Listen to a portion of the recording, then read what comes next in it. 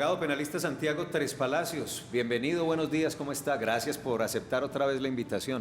No, a ustedes muchas gracias por invitarme y a los antioqueños por recibirnos ahí en sus hogares. Ojalá lo que digamos sea de utilidad para todos. Lo propio, gracias porque siempre que lo convocamos atiende el llamado del Consejo de Redacción al decano de Derecho de la Universidad Santo Tomás el Medellín. También amigo, compañero, colega de esta casa, Andrés Úsuga, buenos días. Gracias, Felipe, para ti, para todos aquí en la mesa de trabajo, grandes amigos, y para el doctor Santiago, que de nuevo nos encontramos por acá en estas lides de la opinión. Siempre se encuentran y el predebate es antes de entrar. Ay, el problema es que si uno los deja mucho rato afuera se ponen de acuerdo. Felipe, pero nos ponemos de acuerdo en lo que no vamos a estar de acuerdo. Bueno. Exactamente. En la diferencia. Abogado Tres Palacios, muy interesante, he de decir, muy interesante el hilo que hizo anoche respecto a algunas opiniones, algunos puntos centrales de la propuesta, con comentarios ahí entreverados. Usted que hace tiempo no ha escuchado la palabra entreverado. Comentarios entreverados desde el punto de vista del penalista. Ese hilo fue largo, 8, 9, 10 puntos, pero en términos generales, la propuesta del ministerio, del ministro de Justicia, ¿usted cómo la ve? Bueno, yo hubiese querido una propuesta más agresiva. Es decir, yo creo que esto no va a solucionar el problema carcelario, son medidas tibias, pero cuando ya vi la reacción mediática y política, uno se da cuenta que era imposible una medida un poco más radical, porque si con esto que en sus componentes más esenciales es simbólico, pues ya ha habido semejante aspaviento, imaginémonos cuando se hagan las reformas coyunturales que necesitamos. Lo importante es saber que no va a haber excarcelaciones masivas. Esto es un primer paso hacia la humanización de la política carcelaria. Varios delitos que se eliminan, en verdad, hoy no tienen ningún efecto en la población y ni siquiera van a reducir la población carcelaria, salvo la inasistencia, que son 500. Y en síntesis es el gobierno decidiendo que esta discusión se lleve donde se tiene que llevar, que es en el Parlamento, que es en nuestro Congreso de la República, que es con los debates abiertos a la ciudadanía. Porque hoy lo que pasa, Felipe, es que todas estas discusiones se han llevado en la Corte Constitucional, que sin legitimidad democrática, con 9 magistrados, son los que les toca como contrapeso decir que hay un estado de cosas inconstitucional, dar órdenes al IMPEC, etcétera, etcétera. El lugar es este, el Congreso, y es una discusión que va a comenzar y que debe tener una pluralidad de debates en los que todos podremos participar inclusive. Me genera mucha curiosidad, yo no puedo quedar con esa respuesta cuando usted dice, yo esperaba algo más agresivo, esto es como medio simbólico. ¿Usted qué hubiera propuesto entonces? Somos un sistema absolutamente carcelario, queremos meter a la gente a la cárcel, pero usted, si en sus manos estuviera, ¿cuál hubiera sido parte de su propuesta? Hay que eliminar un artículo que es el 68A, que es un artículo que le limita a los jueces la posibilidad de dar tratamientos penales diferenciados a ciertas personas. El legislador de entrada dice: todos estos delitos no van a tener ningún beneficio. Eso es contrario a la política criminal adecuada, porque la política criminal adecuada consiste en a las personas diferentes dar tratamientos penitenciarios diferentes. Lo que hace el sistema penitenciario es agruparlos a todos y tratarlos exactamente igual.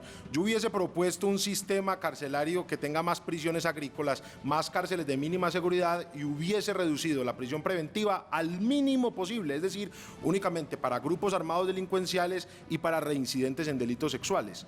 Pero digamos que eso ya es mucho pedir, y donde el ministro hubiese hecho eso, pues yo creo que todo se le van encima. Pero es un primer paso y hacia allá creo que iremos. Decano, muy tibia la propuesta de la reforma que propone el gobierno de Gustavo Petro. No, imagínate, Felipe, que yo creo que hoy vamos a estar más de acuerdo de lo que ustedes mismos y los televidentes quisieran. Yo de verdad no estoy en desacuerdo con la propuesta. No soy, y creo que lo hemos hablado en varias ocasiones, no soy del populismo punitivo, no creo en realidad en esas medidas que cada rato salen a incrementar penas o a crear nuevos tipos penales. Creo que el país está realmente saturado en su sistema jurídico sobre eso. Pero sí me preocupa, o me extraña mejor, el tema de por qué llevar esta discusión, en tanto a lo que decía el doctor Santiago también, al legislador, cuando realmente hay cosas que podría arreglar directamente el IMPEC. Y para la gente que no sabe, el ministro de Justicia es el jefe del director del IMPEC, ¿cierto? Y este gobierno lleva 6 meses y sigue siendo un teniente coronel el director del IMPEC. O sea, no le han dado la real importancia a ese instituto ni al USPEC. Entonces yo digo, si pudieran arreglar una cantidad de cosas, mejor dicho, en resumen, y para ser muy paisa, que estamos en un noticiero bien paisa, como nos gusta, yo siento que el problema no es de Flecha, sino de Indio.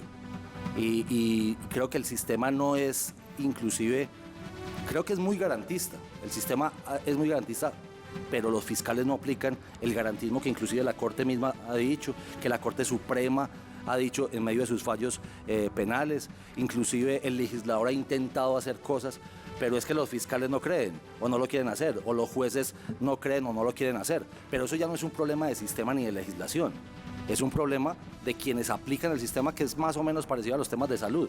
Entonces uno dice, entonces el sistema entre la ley 100 es tremendamente mala. Uno dice, no necesariamente, los operadores que han desviado la norma a su favor, que han torcido la interpretación es otra cosa, pero yo siento que inclusive la propuesta es buena, es un buen avance, podría hacer cosas, me pongo un poco cándida también y me parece que debería, y entendiendo pues el perfil del ministro, ¿cierto?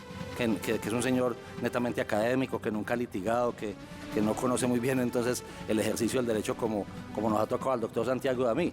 Pero en términos generales creo que es una buena apuesta para empezar, que debería él haber hecho algo más con IMPEC y USPEC de una vez, que no necesita reformas legislativas para eso, y que adicionalmente siento que es un buen momento también por el gobierno que se está presentando, ¿cierto?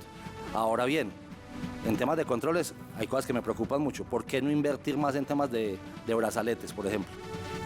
Y en el control de esos brazaletes, que creo que tampoco han funcionado muy bien. Entonces, yo creo que hay muchas más cosas para hacer, pero no vi que lo haya propuesto el ministro en su ponencia.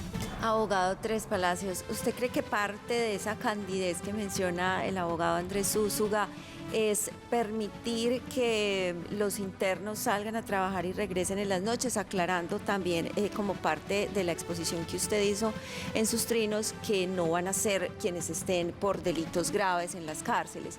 Pero cuéntenos usted qué opina de esa medida. No, yo creo que eso es una propuesta acertada y además no es nada muy novedoso.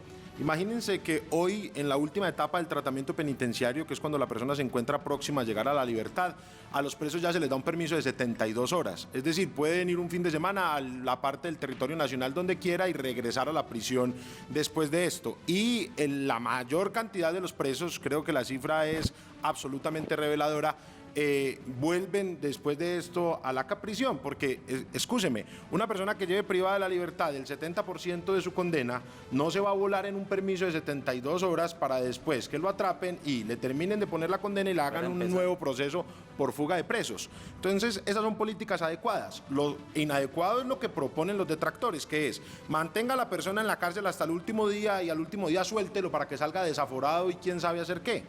Debe haber un tratamiento escalonado en el que las personas puedan ir teniendo ciertos grados de libertad.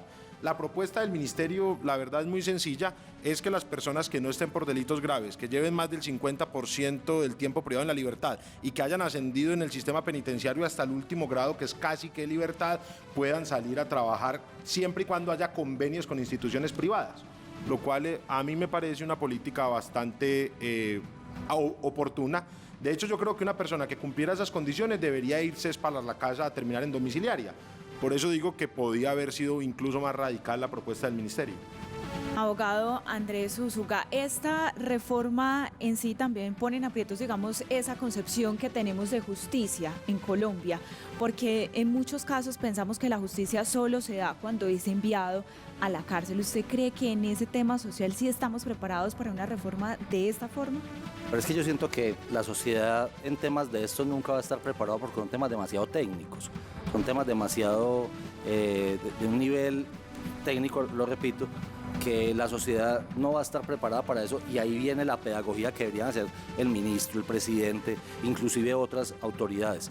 Pero mire, yo le cuento un caso específico con temas, yo ya litigo cada vez menos, pero en unos casos muy relevantes me duele mucho, porque los clientes a uno, como usted lo sabe, doctor Santiago, le duelen ver las tragedias que se ven.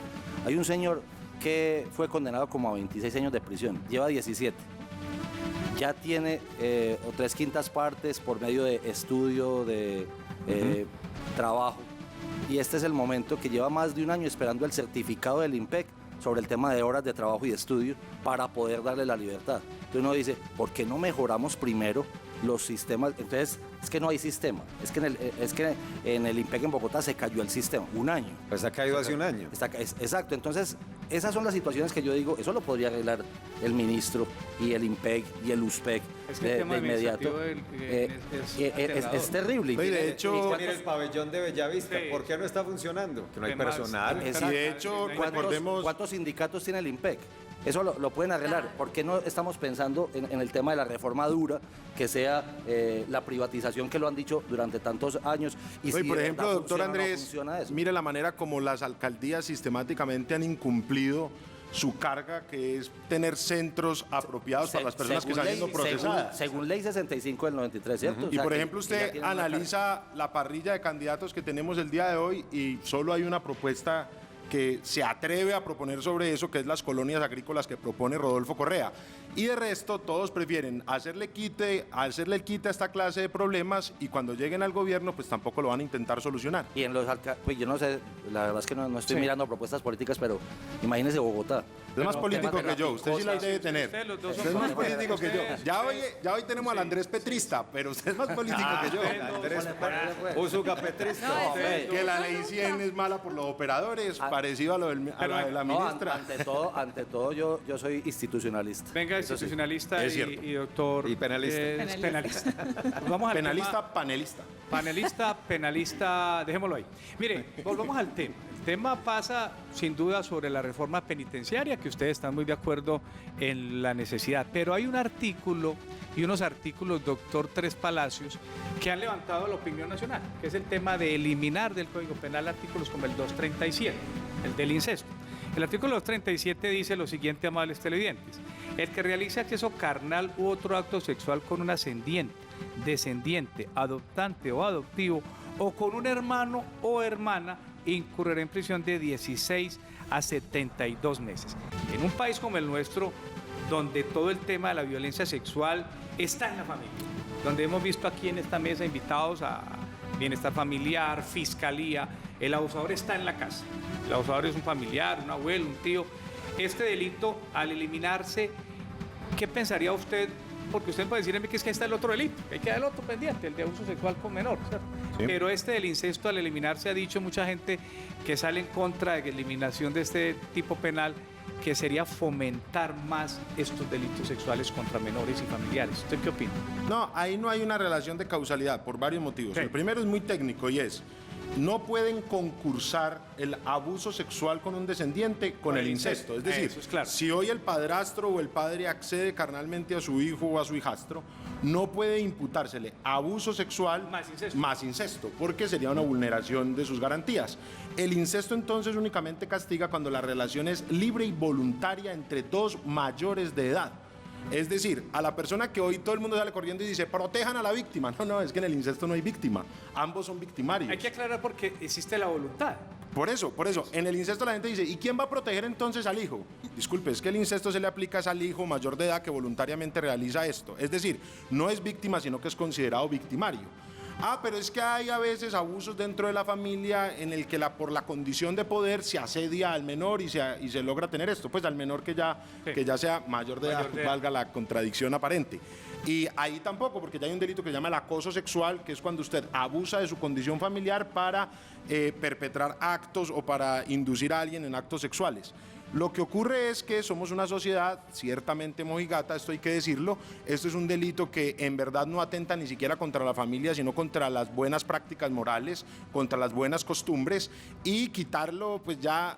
Lo que pasa es que también hay un problema en el discurso, y es que no ocurre en la pregunta, sino que cuando uno sale y dice que despenalicen el incesto, ahora van a decir que uno es promotor del incesto, y no tiene nada que ver. La gran pregunta es, ¿para qué castigamos a dos adultos que libre y voluntariamente hacen eso? Sin que estemos de acuerdo, porque eso es una aberración. Pero yo me pregunto algo, y esos no son los errores o fallos que si el legislador, si bien lo acriminó, mal acriminado, podríamos estar de acuerdo inclusive en la discusión técnica, porque el juez no está para corregir precisamente eso de la acusación del fiscal.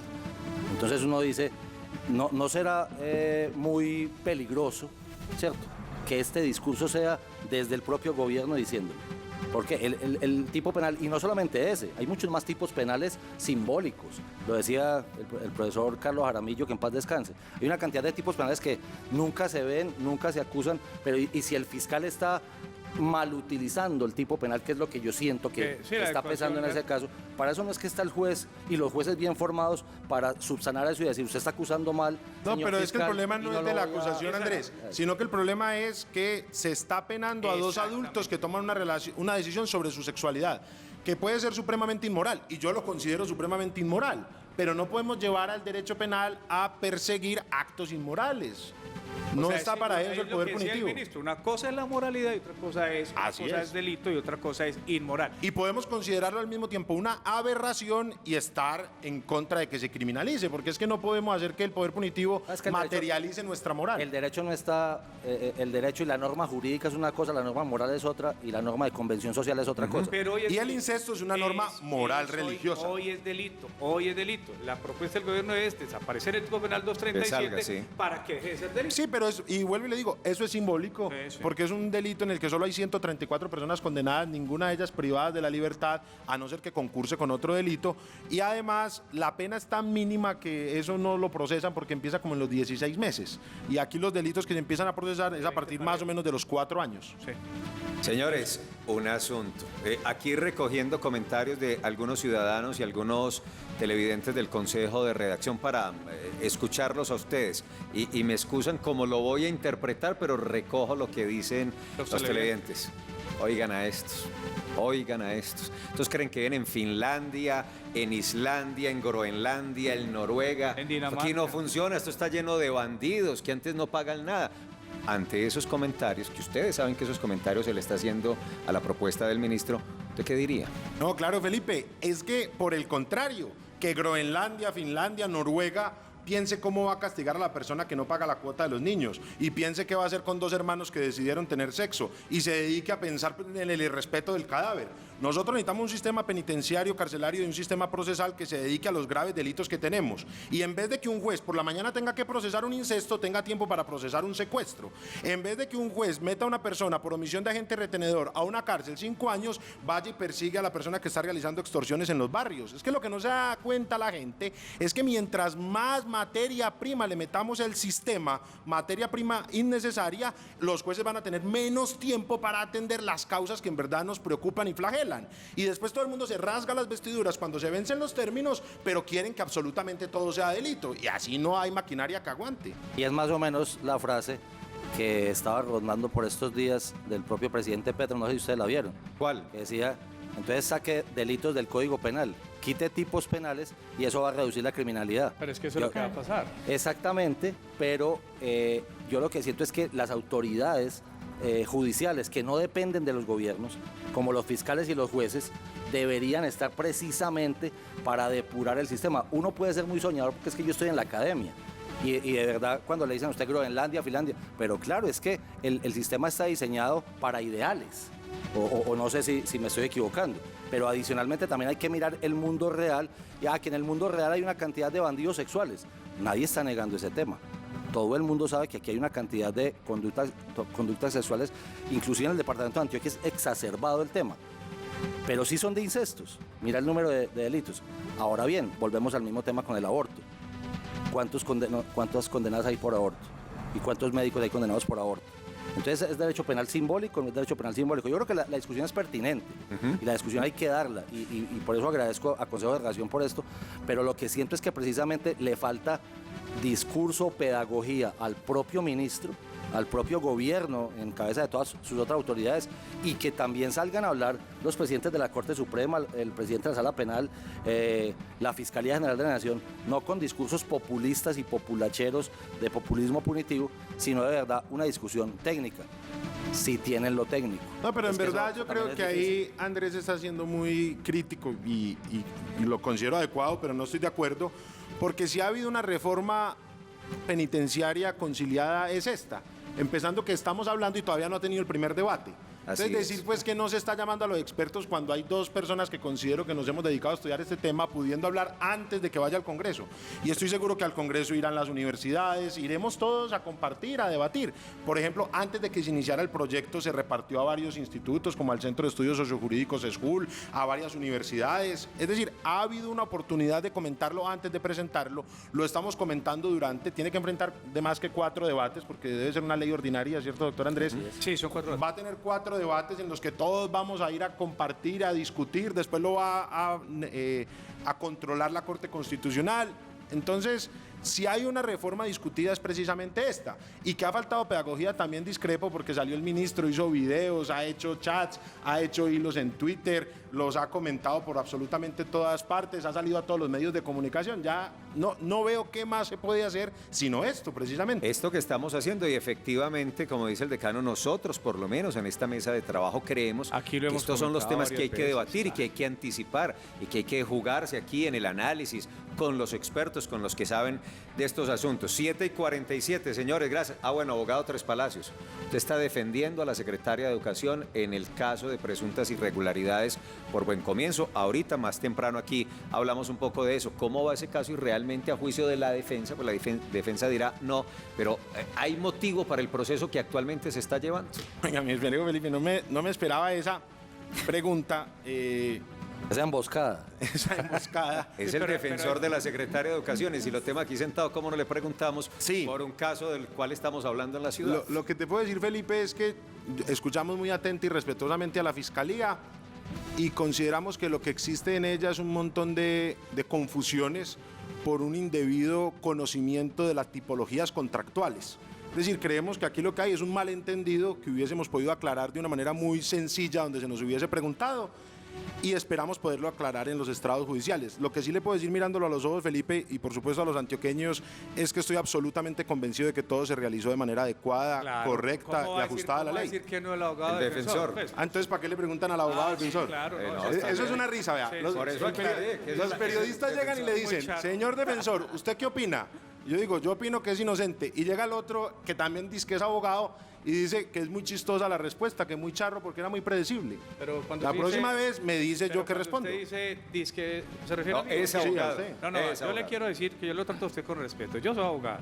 Evidentemente. No, pero la yo pregunta- respondo y usted dice que mi respuesta es muy charra. Claro, lógico. Eso que no es respeto, cuando- discúlpeme. Cuando yo le digo que es charro es porque, cuando digo que es charro es porque es simpática la respuesta, porque Sí, es finalmente lo mismo, simpático, habría que charro. esperar El nada- debate no fue habría- conmigo. Claro, no habría que esperar nada menos de esa respuesta, porque usted. Entonces, se la ¿para acaba qué de me pensar. preguntan si era predecible mi Exactamente. respuesta? La próxima Cuando- vez usted me dice yo que respondo. No, la próxima vez, Hay que traer al fiscal. exacto, hay que traer al fiscal para preguntarle que finalmente también es muy charro. Y ustedes fueron los que me invitaron. Claro, La próxima- Sí, señor. No, no, tiene si me toda la traen razón, al pero fiscal, mire, también Claro, discuto con el claro, fiscal. Pero claro, y es que además el papel suyo es defender a sus defendidos, por supuesto. Mal haría que no. Y también te defendería a ti si algún día Yo lo sé que necesitas. sí, doctor, y yo le agradezco mucho. Y Soy defensor, siempre es la creer cuenta, en ti. señor. Yo también. Bueno, pero vea, también- aquí no está el Sí, fiscal. no, exacto, no está el fiscal. Pero hay otro abogado. Hay otro abogado. Usted que también le ha hecho seguimiento al caso, ¿qué puede decir de eso? Vea, yo le soy sincero, realmente y con tristeza lo debo decir. Yo cuando ejercía duro el derecho penal, me dedicaba a delitos contra la administración pública, que son precisamente estos temas. Hay grandes falencias de conocimiento, lo digo con tristeza, en las fiscalías y en los jueces sobre los temas. No sabían en varios casos la diferencia entre contratos y convenios, por ejemplo. Claro. Y se lo pongo así, lo veníamos hablando aquí afuera. El caso de Andrés Felipe Arias es uno de esos. Está condenado, bien condenado, mira lo que acaba de pasar. Y es porque no distinguen. Ni siquiera la fiscal general de la Nación, que era Vivian Morales, estaba acusando bien, diciendo que debió haber salido a licitación pública, pero ¿cómo vas a poner al IICA, un instituto desde Washington, a competir con quién? Si es un convenio de cooperación internacional. Entonces, esos son temas muy complejos donde, vuelvo y repito, fiscales y jueces no conocen la tipología contractual, la tipología de los convenios y terminan confundiendo cosas que desgastan al aparato judicial, pero no estoy absolutamente enterado del caso en específico, vale. pero adhiero a la preocupación del doctor Al Santiago. desconocimiento. Decano, gracias. Invitaremos al fiscal. Volverá. otros temas, a este o a otros temas. Gracias, decano. Les Andrés agradezco Úsuga. mucho a todos ustedes. Abogado Tres Palacios, gracias. Yo reitero, pues si tengo el defensor de la secretaria aquí, ¿cómo no le pregunto? Gracias, abogado Tres Palacios. Felipe, no, muchas gracias a ti. Te pido disculpas, Juan, si mi respuesta es un poco airada. Y muchas gracias a los antioqueños por recibirnos siempre en Usted sus está hogares. facturando, es que eso es un problema, usted Ah, está es que trabajando. sí. Ah, entonces es que tengo dos opciones, o lloro o facturo, dice Shakira. Exacto, Juan. usted es mejor facturar que llorar para usted. Eso está Shakira, clarísimo. Shakira. Está muy Está bien. clarísimo. 7:51, señores, muchas gracias.